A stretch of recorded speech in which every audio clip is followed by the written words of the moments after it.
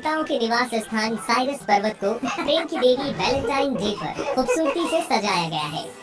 हमारे प्रिय प्रेम देवी एमी के दिन की बधाई। ये भगवान, ये बहुत अच्छा है। आप सभी को बहुत बहुत धन्यवाद। Cheers! नए जोड़े के मिलन पर बधाई मेरे प्रियो। अब वे वास्तव में खुश होंगे और आपके प्रति आभारी होंगे। ये मेरी नौकरी है। मैं इतने लंबे समय से ऐसा कर रही हूँ और मुझे अब भी नहीं समझ में आता कि हर किसी को ऐसे प्यार की जरूरत क्यों है। विशेषकर प्रेम की देवी होने के नाते, लेकिन वो ये नहीं जानती कि प्रेम क्या है, क्योंकि उसके प्रेम बाण सिर्फ इंसानों पर ही चलते थे। अगर प्यार दर्द देता है तो मुझे इसकी जरूरत नहीं। मैं खुद से प्यार करती हूँ और जो मेरे पास है उससे खुश हूँ। एमी ने अपने उत्सव के पेय का बहुत अधिक आनंद लिया और ठंडी हवादार रात में नशे की हालत में उड़ी। शैतान अचानक वहाँ से उड़े और उस पर हमला कर दिया।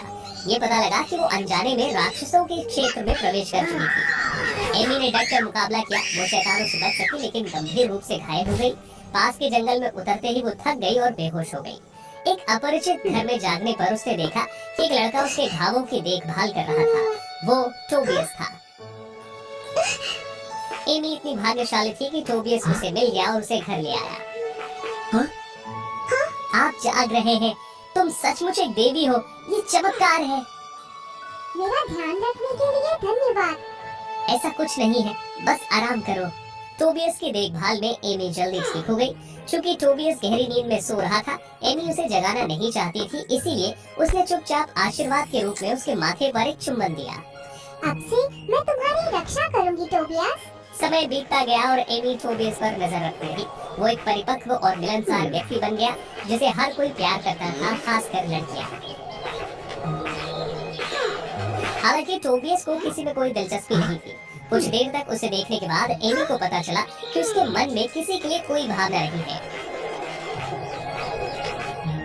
तुम्हारे मन में किसी के लिए भावनाएं क्यों नहीं है टोबियस? जब तक आप किसी से प्यार करते हैं और प्रेम की देवी के रूप में मैं उसे आपके प्रति आकर्षित करूंगी। कुछ दिनों के बाद अंततः टोबियस की मुलाकात एक लड़की से हुई, जिसने उसके दिल की धड़कनें बढ़ा दी। वो डेफिन नाम की खूबसूरत लड़की थी, जिसने उसकी रुचि जगाई। वे आमतौर पर बाहर जाते। सुंदर डॉल्फिन, क्या हम कल उस जंगल में मिल सकते हैं जहां हम पहली बार मिले थे? आप मुझे उत्सुक बना रहे हैं, लेकिन मुझे आप पर भरोसा है। आपका बहुत बहुत धन्यवाद। डोपियन को अलविदा कहने के तुरंत बाद टोबियास ने गांव का सबसे ताजा गुलदस्ता और सबसे शानदार उपहार खरीदा। आशा है कि डॉल्फिन को ये उपहार पसंद आएगा। ओह मेरी खूबसूरत डॉल्फिन। बादलों के ऊपर प्रेम की देवी एमी हमेशा से ये सब देख रही थी। चलो कल वही मिलते हैं। अंत में ये दिन आ गया। प्रेम की देवी के नाम पर मैं उस खूबसूरत महिला का दिल जीतने में तुम्हारी मदद करूंगी। अगले दिन एमी ने दूर से टोबियस और डुफान को जंगल में देखा।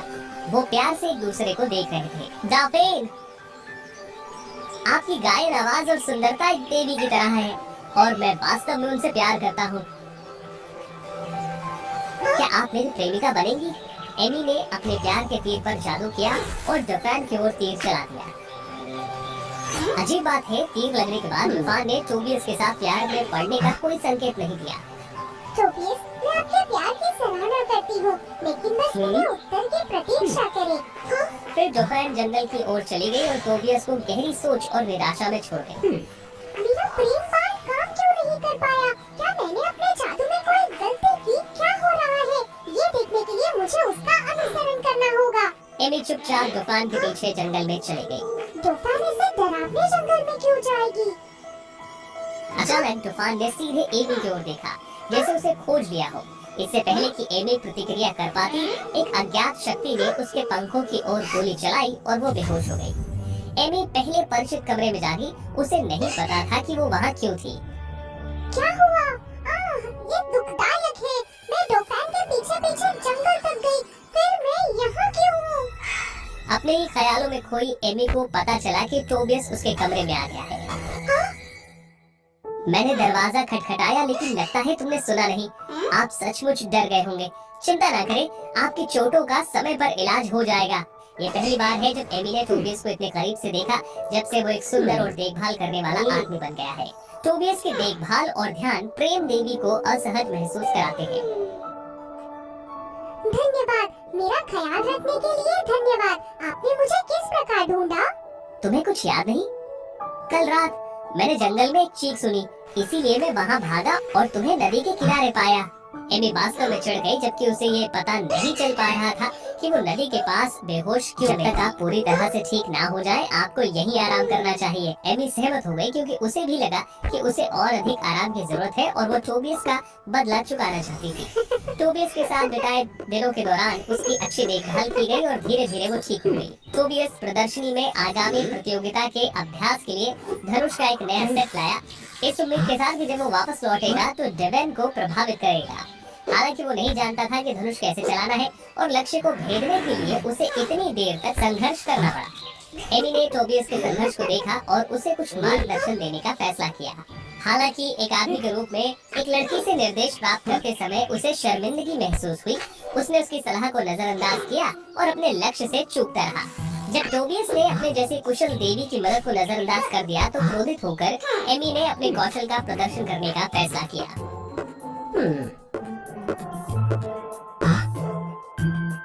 मुझे इस दोपहर के लिए खेद है, कृपया मेरा मार्गदर्शन कीजिए। एमी उसकी ईमानदारी से प्रभावित हुई। एमी उसकी मदद करने के लिए तैयार हो गई। वे एक साथ लगन से अभ्यास करते हैं। एमी ने अपनी ताकत वापस पा ली है और टोबी ने अंततः अपने लक्ष्यों को प्राप्त कर लिया है। उसने जश्न मनाने के लिए एमी को गले लगाया। मुझे प्रतियोगिता के बाद लौट आना चाहिए।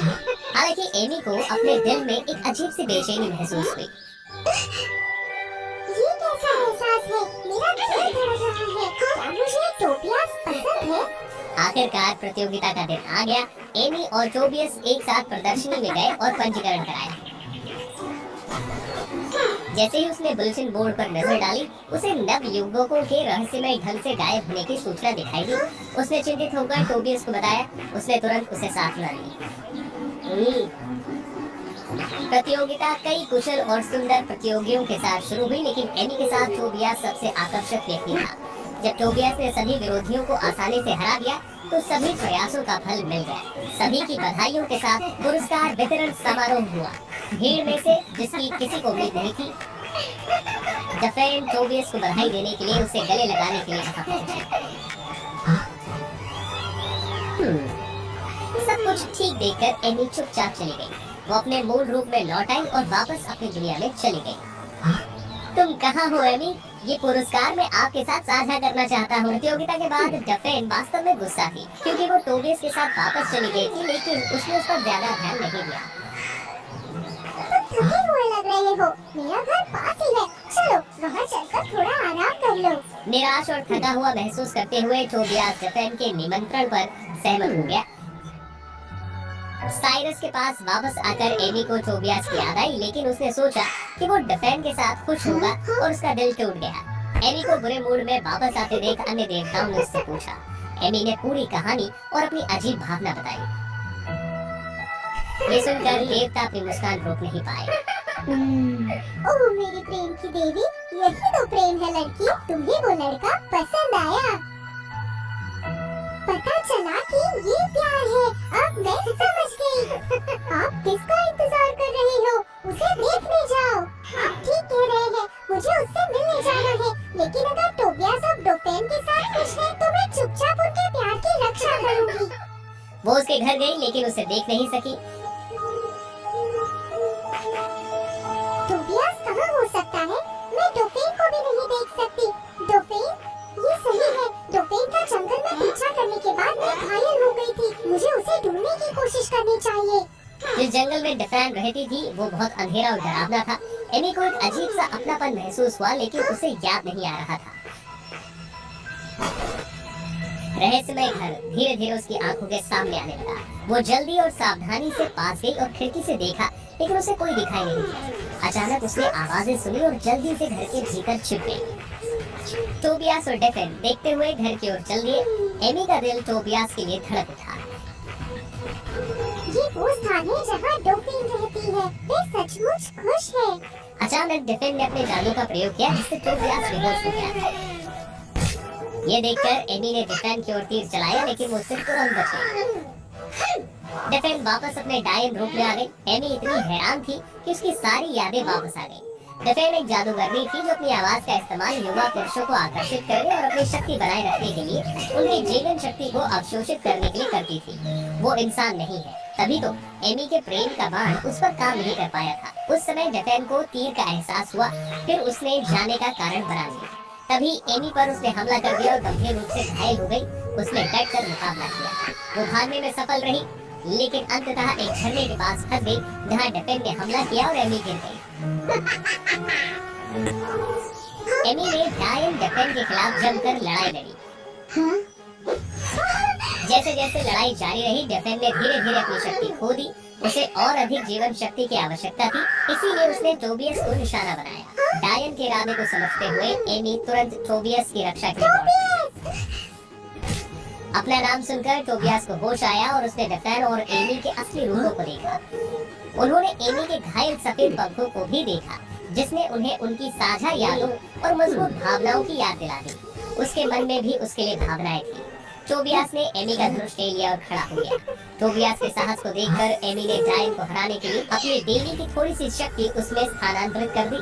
जैसे ही डायन कमजोर हुई उन्होंने अपने गहन प्रेम और शक्ति से भरे तीर से डायन को हरा दिया। एमी, एमी क्या तुम ठीक हो? हम जीत गए। मुझे बचाने के लिए धन्यवाद। मेरे साथ रहो, मुझे तुम्हारी जरूरत है। मैं ठीक हूँ टोबियस, आपके साथ समय बिताने के लिए धन्यवाद। मैं तुमसे प्यार करती तो हूँ। प्रेम की देवी को अंततः समझ आ गया कि प्रेम क्या है। टोबियास एमी की शक्ति से एक देवता बन गया और वे दोनों हमेशा के लिए एक साथ खुशी से रहने लगे।